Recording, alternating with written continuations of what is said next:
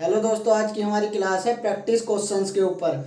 जैसे कि आपको पता ही है, हम कल ही नाउन की क्लास ख़त्म कर चुके हैं। मतलब हमने नाउन के सारे टॉपिक पढ़ लिए थे कल ही। तो आज की क्लास में हम नाउन के मिक्स क्वेश्चन लेकर आए हैं और हमें इनमें एरर देखनी है कि कहाँ पर गलती है। तो आइए फिर दोस्तों करते हैं अपनी क्लास शुरू। पहला question, my friend has read pages after pages of the Bible. तो कहाँ पर गलती है? हमने नाउन का एक कॉन्सेप्ट पढ़ा था कि यदि दो नाउन आ जाते हैं और उन दोनों नाउन के बीच में कोई प्रीपोजिशन आ जाती है, और यदि दोनों नाउन सेम हैं, आई बात समझ में? कि यदि दो नाउन है और दोनों नाउन के बीच में कोई प्रीपोजिशन आ गई और दोनों नाउन यदि सेम हैं, तो फिर हमें दोनों नाउन को सिंगुलर लेना होता है। तो ये वाली कंडीशन कहाँ पर बन रही है सेंटेंस में? यहाँ पर बन रही है। तो देखो, ये नाउन 1 हो गया और ये नाउन 2 हो गया, और आफ्टर क्या है? प्रीपोजिशन है। तो दोनों नाउन क्या है? दोनों नाउन सेम है और दोनों नाउन के बीच में प्रीपोजिशन आ गई। तो इस वजह से हमें यहाँ पर सिंगुलर फॉर्म लेनी है दोनों नाउन की। तो गलती ये थी, यहाँ पर नाउन की प्लूरल फॉर्म आई हुई है। तो हमें क्या करना है? हमें इनकी सिंगुलर फॉर्म लेनी है पेजिस की। तो यहाँ पर हो जाएगा पेजिस आफ्टर पेजिस की जगह पर पेज आफ्टर पेज करना है। पेज आफ्टर पेज करना है, मतलब पेजिस में से एस हटा देना है। तो सेंटेंस हो जाएगा, my friend has read page after page of the Bible. मेरे दोस्त ने बाइबल के पेज पढ़ लिए हैं। और एक कॉन्सेप्ट और सीखो यहाँ पर, ये जो बाइबल है, बाइबल होली बुक है। होली बुक का मतलब हुआ धार्मिक किताबें, जैसे रामायण, महाभारत और कुरान। जो धार्मिक किताबें होती हैं, ये धार्मिक किताबें सेंटेंस में कहीं पर भी आए, चाहे सेंटेंस के शुरू में आए, चाहे सेंटेंस के बीच में आए, या सेंटेंस के लास्ट में आए, हमें हमेशा इन धार्मिक किताबों का पहला लेटर कैपिटल ही लिखना है। अब दूसरा question, the manager put forward a number of criterions for the post. तो कहाँ पर गलती है? मैंने बताया था कि जो ये ऑफ होता है, ऑफ के बाद में चॉइस बन जाती है। तो ऑफ के बाद में जो भी नाउन आएगा वह प्लूरल फॉर्म में आएगा।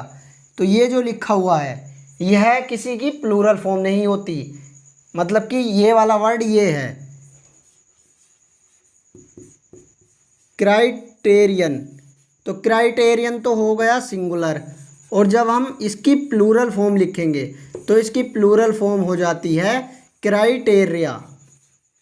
क्राइटेरिया, तो ये है इसकी प्लूरल फॉर्म, ना कि ये वाली। तो यहाँ पर गलती है। तो इस वर्ड की जगह पर क्या करना है हमें? इस वर्ड की जगह पर हमें क्राइटेरिया करना है।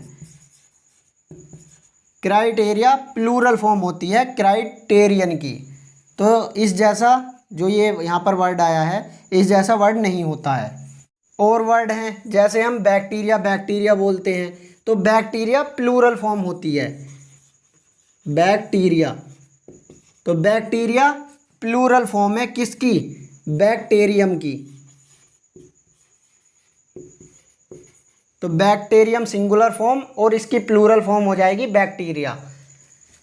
तो इस सेंटेंस का सेंस हो जाएगा, the manager put forward a number of criteria for the post. Manager ने इस पोस्ट के सामने काफ़ी सारे मानदंड रख दिए। तो इस क्राइटेरिया का सिंपल भाषा में ये मतलब हुआ, मान लिया किसी कंपनी में कोई पोस्ट खाली है और उस कंपनी के मैनेजर ने उस खाली पोस्ट के लिए वैकेंसी निकाली और उसने ये लिखा कि हमें इस पोस्ट के लिए बीबीए चाहिए और केवल लड़की चाहिए। लड़की सुंदर भी होनी चाहिए, लड़की की हाइट भी होनी चाहिए और लड़की फ्लुएंटली इंग्लिश भी बोलती हो। तो हम क्या बोलेंगे? हम ये बोलेंगे कि इस कंपनी के मैनेजर ने इस पोस्ट के लिए काफ़ी सारे क्राइटेरिया रख दिए। तो क्राइटेरिया का मतलब हुआ मानदंड। अब तीसरा question, I have many works to complete. तो ये वाला जो वर्ड है, यह है अनकाउंटेबल नाउन है, और अनकाउंटेबल नाउन के लास्ट में हम एस या एस नहीं लगा सकते हैं। तो हमें क्या करना है? हमें यहाँ पर वर्क्स की जगह पर वर्क करना है। तो सेंटेंस हो जाएगा I have many work to complete, मुझे कई सारे काम पूरे करने हैं। अब चौथा sentence, one of her firmest belief among the Hindus is that karma affects their life and also the life after death. तो कहाँ पर गलती है? तो यहाँ पर भी ऑफ वाला कॉन्सेप्ट हो जाएगा कि ऑफ के बाद में जो भी नाउन आएगा वह प्लूरल होगा। तो चाहे कहीं तुम्हें आ नंबर ऑफ दिखाई दे तो आ नंबर ऑफ के बाद में भी आ नंबर ऑफ के बाद में भी तुम्हें प्लूरल नाउन लिखना है। क्या लिखना है? आ नंबर ऑफ के बाद में भी प्लूरल नाउन और वन ऑफ द के बाद में भी प्लूरल नाउन आएगा। वन ऑफ द के बाद में भी प्लूरल नाउन आता है। तो ये हमारे दो कॉन्सेप्ट थे कि आ नंबर ऑफ के बाद में भी हमें प्लूरल नाउन लगाना है, जैसे यहाँ पर हुआ था आ नंबर ऑफ और हमने यहाँ पर क्या लगाया था? प्लूरल फॉर्म लगाई थी इस वाले नाउन की। और वन ऑफ द के बाद में भी हमें प्लूरल नाउन लगाना है और इनके बाद में जो वर्ब आएगी वह वर्ब सिंगुलर आएगी। तो वन ऑफ द वाला कॉन्सेप्ट यहाँ पर बन रहा है, ये रहा वन ऑफ, और ऑफ के बाद में नाउन देखो कहाँ पर नाउन है, ये रहा नाउन बिलीफ। बिलीफ का मतलब होता है मान्यता, तो हमें यहाँ पर इस नाउन की प्लूरल फॉर्म चाहिए, यही एरर थी। तो बिलीफ की जगह पर बिलीव्स करना है। तो बिलीव्स का मतलब हो जाता है मान्यताएं, मान्यताएं। तो सेंटेंस हो जाएगा one of her firmest beliefs among the Hindus is that karma affects their life and also the life after death. हिंदुओं की काफ़ी मान्यताओं में से एक दृढ़ मान्यता यह भी है कि जो कर्म होता है, कर्म जिंदगी को प्रभावित करता है और मरने के बाद की जिंदगी को भी प्रभावित करता है। फर्मेस्ट का मतलब होता है दृढ़ या अटल, दृढ़ या अटल। वन ऑफ द के बाद प्लूरल नाउन और इसके बाद में वर्ब सिंगुलर लेनी है, तो इस सेंटेंस में वर्ब सिंगुलर आनी चाहिए थी, तो पहले से ही सिंगुलर है, तो बस यही गलती थी यहाँ पर। अब पांचवा सेंटेंस देखते हैं, whenever he goes to Mumbai he stays in 5 stars hotel. तो कहाँ पर गलती है? ये वाली जो चीज़ है, मतलब ये वाली, इसे बोला जाता है हाइफनेटेड नाउन, मतलब इस चीज़ को इंग्लिश में हाइफन बोलते हैं। इस छोटी सी सीधी लाइन को इंग्लिश में हाइफन बोलते हैं। तो हमारा कॉन्सेप्ट यह है, इस हाइफन के बाद में जो भी नाउन आएगा वह नाउन सिंगुलर होगा, ना कि प्लूरल। तो यहाँ पर ये प्लूरल है, तो बस इसी चीज़ की गलती है। स्टार्स की जगह पर यहाँ पर हमें स्टार करना है, स्टार्स की जगह पर स्टार। तो सेंटेंस हो जाएगा whenever he goes to Mumbai he stays in 5 star hotels. जब कभी भी वह मुंबई जाता है तो वह 5 स्टार होटल में रुकता है। व्हेन एवर का मतलब हुआ जब कभी भी, जब कभी भी। स्क्रीनशॉट ले लीजिए, अगले क्वेश्चंस देखते हैं। अब छठा sentence, the sheeps of the wheat plants were too heavy for the weak farmer to carry them on his head. तो कहाँ पर गलती है? यहाँ पर गलती है। शीप्स, शीप्स जैसा वर्ड ही नहीं होता, तो मतलब यहाँ पर हमें किसी की प्लूरल फॉर्म लगानी है और वह वर्ड यह है, मतलब सिंगुलर और प्लूरल। तो ये कुछ वर्ड ऐसे होते हैं जिनकी प्लूरल फॉर्म कुछ अलग तरीके से बनती है, जैसे ये वाला वर्ड हो गया, इसकी सिंगुलर फॉर्म ये हुई सीफ, तो इसकी प्लूरल फॉर्म हो जाएगी सीव्स, मतलब कि एफ हटेगा और एफ की जगह पर VES आ जाएगा। और जैसे लाइफ हो गया, लाइफ की प्लूरल फॉर्म हो जाएगी लाइव्स, और वाइफ हो गया, वाइफ की प्लूरल फॉर्म हो जाएगी वाइव्स, और लीफ हो गया, लीफ मतलब पत्ती, तो इसकी प्लूरल फॉर्म हो जाएगी लीव्स, पत्तियाँ। और काफ हो गया, इसमें L साइलेंट होता है इसलिए हम इसे काफ बोलते हैं। काफ का मतलब हुआ गाय का बछड़ा, तो इसकी प्लूरल फॉर्म हो जाएगी काव्स। तो फिर से हम अपने क्वेश्चन पर ही आते हैं। तो कहाँ पर एरर है, ये वाली एरर है, इस जैसा वर्ड ही नहीं होता। तो हमें क्या करना है, ये वाला वर्ड लिखना है। ये होती है सीफ की प्लूरल फॉर्म, सीव्स करना है। सीव्स का मतलब होता है पूला या पूले लिख दो, पूले या गट्ठर। तो देखो और कोई एरर है क्या यहाँ पर, एक और एरर है यहाँ पर। तो इस सेंटेंस में सेंस चाहिए वीक फार्मर का, मतलब कि कमज़ोर किसान का। तो यहाँ पर हमें कमज़ोर वाले वीक की इंग्लिश लिखनी है। ये वाली जो इंग्लिश है ये तो सप्ताह की होती है, तो हमें यहाँ पर इस शब्द की जगह पर कमज़ोर वाला वीक लिखना है। मतलब इस वाले वर्ड की जगह पर हमें यहाँ पर ये वाला वर्ड लिखना है। एक इस वर्ड का मतलब होता है सप्ताह और इस वर्ड का मतलब होता है कमज़ोर। तो सेंटेंस हो जाएगा the sheaves of the wheat plants were too heavy for the weak farmer to carry them on his head. गेहूं के पूले कमज़ोर किसानों को अपने सिर पर ले जाना काफ़ी हैवी हो जाता था। अब सातवां sentence, you are among those man who earned name and fame not by chance but by hard work. तो कहाँ पर गलती है, यहाँ पर गलती है। दोज के बाद में चॉइस बन जाती है, इसलिए यहाँ पर हमें प्लूरल फॉर्म चाहिए। और मैन ये जो है यह है सिंगुलर फॉर्म है, मतलब एक आदमी है तो मैन लिखा जाएगा, और एक आदमी से ज़्यादा हैं तो फिर ये लिखा जाएगा। तो मतलब ये हुआ मैन की प्लूरल फॉर्म होती है ये वाली चीज़। तो बस थोड़ा सा अंतर है, यहाँ पर ए आता है और प्लूरल वाले में ई आ जाता है। तो यही एरर है यहाँ पर, हमें इसकी जगह पर ये करना है, इसकी हमें यहाँ प्लूरल फॉर्म लगानी है। तो सेंटेंस हो जाएगा you are among those man who earned name and fame not by chance but by hard work. तुम उन लोगों में से हो जिन्होंने नाम और शोहरत चांस से नहीं कमाया है बल्कि कठिन परिश्रम करके नाम और शोहरत कमाई है। अर्नड का मतलब होता है कमाना, और फेम का मतलब हुआ शोहरत। हार्ड वर्क मतलब कठिन परिश्रम। अब आठवां sentence, sheeps are economically useful and so they are reared for wool and meat. तो कहाँ पर गलती है, यहाँ पर गलती है।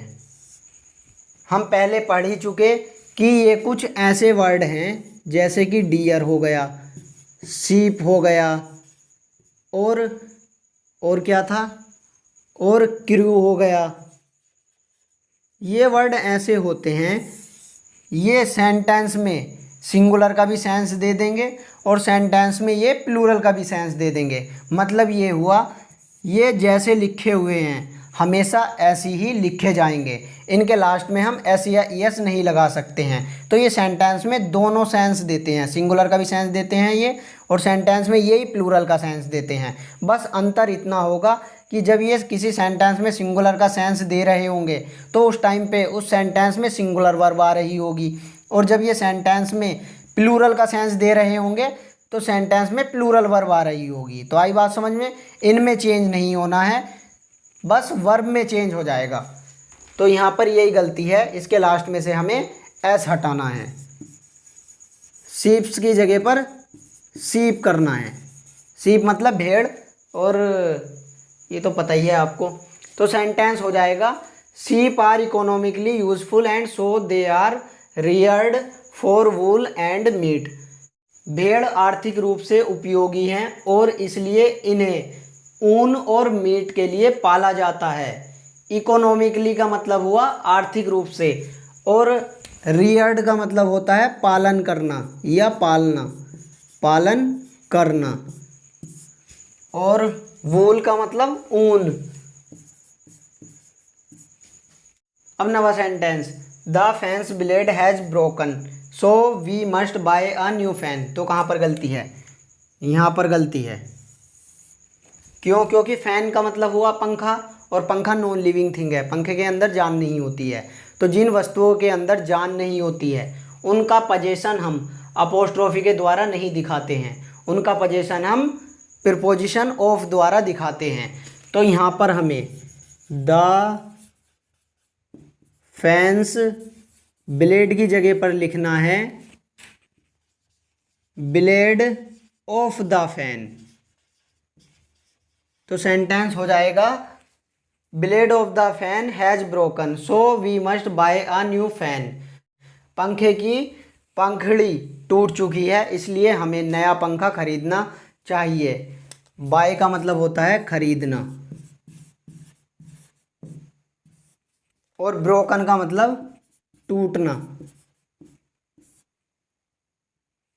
अब 10वां sentence, she wears spectacle and so she was unable to see the gangster that attacked her last night. तो कहाँ पर गलती है?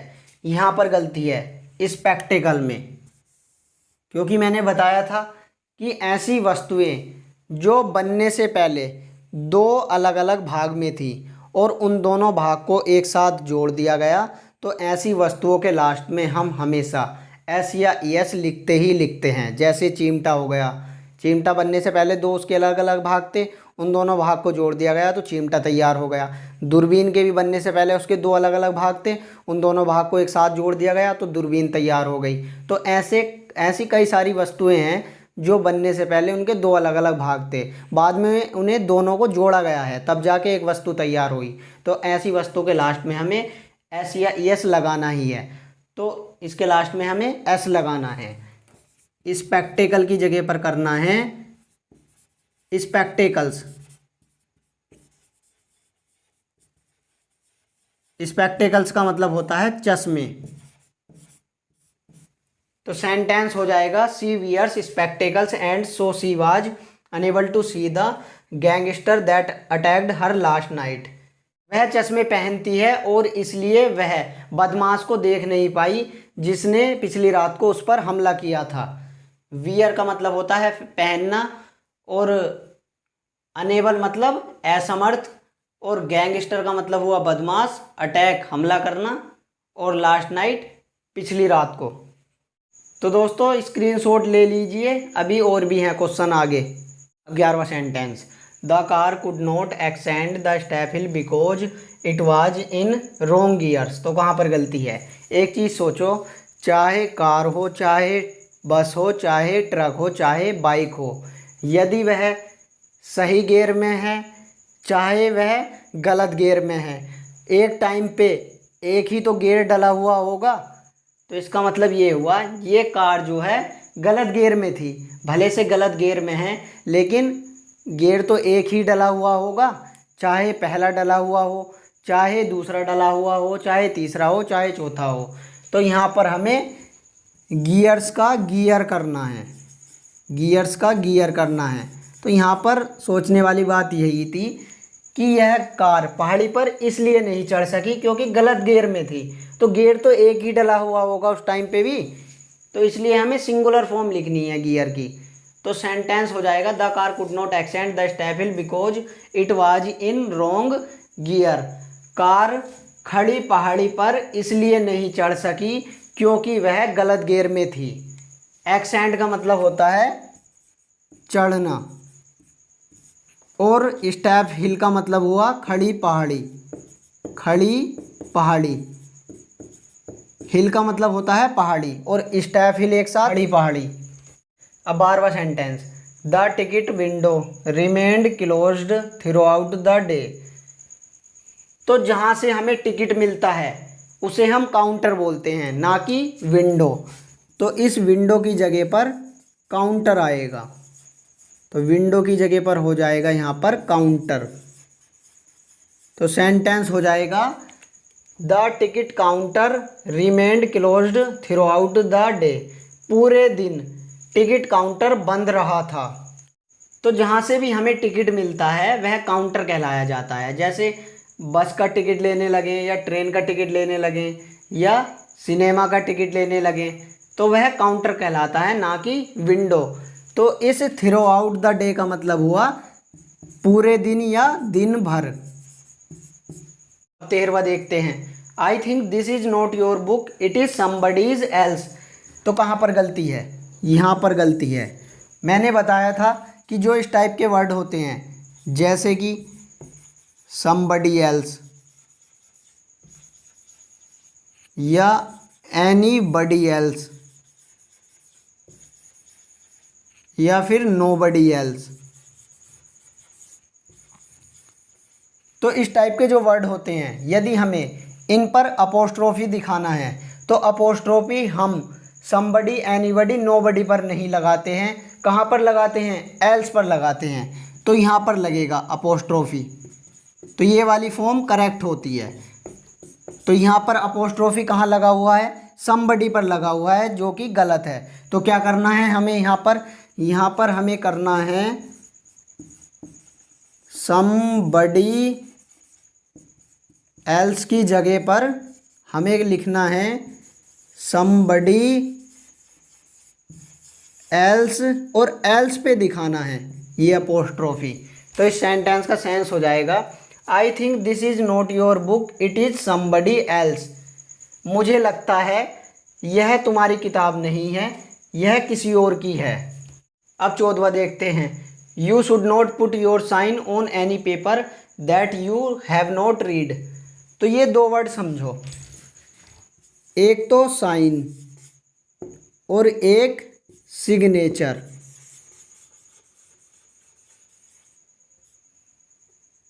इसका मतलब होता है, साइन का मतलब हुआ हस्ताक्षर करना,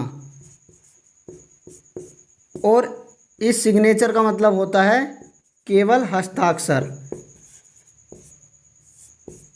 तो ये जो होता है साइन होती है वर्ब, और सिग्नेचर होता है नाउन।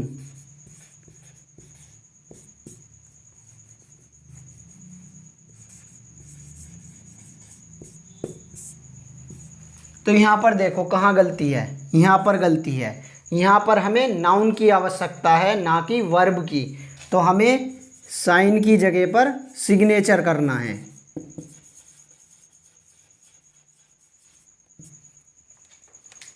तो सेंटेंस हो जाएगा, you should not put your signature on any paper that you have not read. किसी पेपर को जब तक आपने पढ़ा नहीं है, उस पेपर पर आपको अपने सिग्नेचर नहीं करने चाहिए। अब 15वां देखते हैं, my cousin brother is cheater and he cheats his family members and friends too.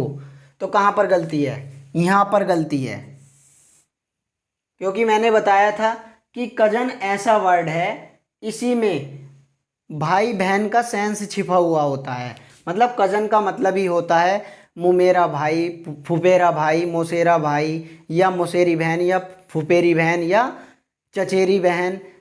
तो इसी में कज़न में ही भाई बहन का सेंस छिपा हुआ होता है। हमें कज़न के आगे ब्रोदर या सिस्टर लिखने की कोई आवश्यकता नहीं होती है। तो यहाँ से हमें ब्रोदर हटाना है, तो यही गलती थी। कज़न ब्रोदर की जगह पर केवल कज़न लिखना है। तो सेंटेंस हो जाएगा, my cousin is cheater and he cheats his family members and friends too. मेरा कज़न धोखेबाज है और वह अपनी फैमिली को और यहाँ तक कि दोस्तों को भी धोखा देता है। चीटर का मतलब हुआ धोखेबाज, और चीट्स का मतलब धोखा देना। अब 16वां देखते हैं, the committee could not come to a final conclusion. तो ये वाला जो वर्ड है कंक्लूजन का मतलब ही होता है अंतिम निष्कर्ष, फाइनल निष्कर्ष। तो हमें इसके पीछे फाइनल लगाने की कोई आवश्यकता नहीं है, क्योंकि कंक्लूजन में ही फाइनल का सेंस छिपा हुआ होता है। तो हमें यहाँ पर करना है फाइनल, कंक्लूजन की जगह पर केवल कंक्लूजन लिखना है। यहाँ से फाइनल को हटा देना है, क्योंकि कंक्लूजन में ही फाइनल का सेंस छिपा हुआ होता है। तो कंक्लूजन का मतलब हुआ अंतिम निष्कर्ष, अंतिम निष्कर्ष। तो सेंटेंस का सेंस हो जाएगा, the committee could not come to a conclusion. समिति अंतिम निष्कर्ष पर नहीं पहुंच सकी। तो दोस्तों लीजिए इसका भी स्क्रीनशॉट। अब आपके 4 क्वेश्चन और रह गए हैं। अब 17वां question, the cattle in the meadow was terrified to hear the roar of a lion which appeared to be the wild with anger. तो कहाँ पर गलती है? मैंने बताया था कि इंग्लिश में कुछ ऐसे वर्ड्स होते हैं जो देखने में तो सिंगुलर लगेंगे, वो सिंगुलर इसी वजह से लगेंगे क्योंकि उनके लास्ट में एस या ईएस नहीं आएगा, लेकिन वास्तव में वे होते प्लूरल हैं। जैसे कि ये हो गया कैटल। कैटल मतलब गाय भैंस बकरियों के समूह को कैटल बोल देते हैं, तो कैटल का मतलब हुआ मवेशी। और इन्फेंट्री, इन्फेंट्री का मतलब पैदल सेना। और कैवेलरी, कैवेलरी का मतलब घुड़सवार सेना। और चिल्ड्रन, चिल्ड्रन मतलब काफ़ी सारे बच्चे। और पीजेंट्री, पीजेंट्री मतलब किसानों का समूह। और जेंट्री, जेंट्री मतलब सज्जन व्यक्तियों का समूह। और पुलिस। तो देखो इन वर्ड के लास्ट में एस या ईएस नहीं है, इस वजह से ये देखने में सिंगुलर लगेंगे, लेकिन वास्तव में ये होते प्लूरल हैं। ये वास्तव में क्या होते हैं? प्लूरल होते हैं। ये प्लूरल इस वजह से होते हैं क्योंकि ये किसी ना किसी चीज़ का समूह होते हैं, और समूह में एक से ज़्यादा चीज़ होती है, और जब एक से ज़्यादा चीज़ हो जाएगी तो इंग्लिश में वह प्लूरल कह माना जाएगा। तो आप देख लो, ये भी समूह है, ये भी समूह है, इसमें भी काफ़ी सारे जवान होंगे, और इसमें भी काफ़ी सारे जवान होंगे जो घोड़े पर बैठकर लड़ाई कर रहे होंगे। एक से ज़्यादा बच्चों को चिल्ड्रन बोल देते हैं। पीजेंट्री मतलब किसानों का समूह, जेंट्री सज्जन व्यक्तियों का समूह। तो ये किसी ना किसी चीज़ का समूह होता है, इस वजह से इन्हें प्लूरल की कैटेगरी में रखा गया है। अब जब ये प्लूरल हैं और किसी सेंटेंस का सब्जेक्ट बन जाएंगे तो फिर उस सेंटेंस में वर्ब भी प्लूरल आएगी। तो मतलब ये हुआ कि ये वाले वर्ड प्लूरल वर्ब लेते हैं, ना कि सिंगुलर वर्ब।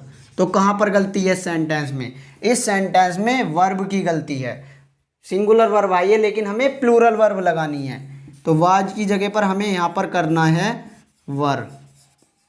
तो सेंटेंस हो जाएगा the cattle in the meadow were terrified to hear the roar of a lion which appeared to be the wild with anger.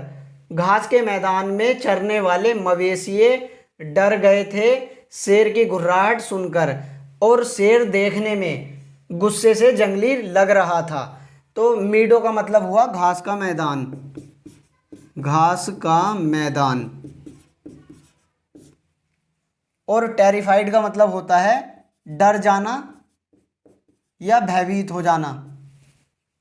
और हियर मतलब सुनना।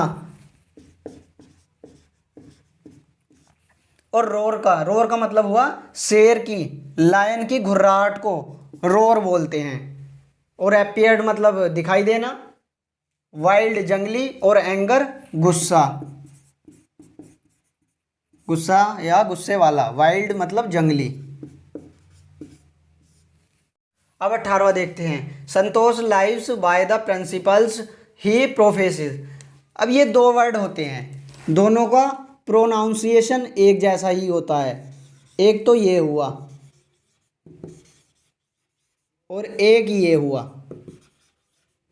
दोनों को प्रिंसिपल ही बोला जाएगा, बस थोड़ा सा अंतर है लिखने में। तो दोनों का मतलब अलग अलग होता है। इसका मतलब हुआ प्रधानाचार्य, और इसका मतलब होता है सिद्धांत। तो इस सेंटेंस में हमें सिद्धांत वाला प्रिंसिपल चाहिए, ना कि प्रधानाचार्य वाला। तो हमें यहाँ पर इसकी जगह पर ये वाला लिखना है। तो सेंटेंस हो जाएगा Santosh lives by the principles he professes. Santosh अपने सिद्धांतों के अनुसार जीता है। तो यहाँ पर सिद्धांत का सेंस चाहिए था सेंटेंस में, इस वजह से हमें इसकी जगह पर, इसकी जगह पर हमें सिद्धांत वाला प्रिंसिपल लिखना है। अब 19वां देखते हैं, the astronomer who predicts the future has arrived. भविष्य की भविष्यवाणी करने वाला खगोल शास्त्री आ गया है। तो ये बोलने में बिल्कुल गलत लगा। भविष्य की भविष्यवाणी खगोल शास्त्री थोड़ी करता है, भविष्य की भविष्यवाणी कौन करता है? ज्योतिषी करता है। तो ये दो अलग अलग वर्ड होते हैं, एक तो है एस्ट्रोलॉजर और एक एस्ट्रोनॉमर। एस्ट्रोलॉजर का मतलब होता है ज्योतिषी, जो भविष्यवाणी करते हैं भविष्य की। और एस्ट्रोनॉमर खगोल विज्ञानी या खगोल शास्त्री। खगोल शास्त्री का मतलब हुआ जो ग्रह या तारों की खोजबीन करते हैं, उन्हें खगोल शास्त्री बोला जाता है, इंग्लिश में एस्ट्रोनॉमर बोला जाता है। और जो भविष्य की भविष्यवाणी करते हैं उन्हें ज्योतिषी बोला जाता है और इंग्लिश में एस्ट्रोलॉजर बोला जाता है।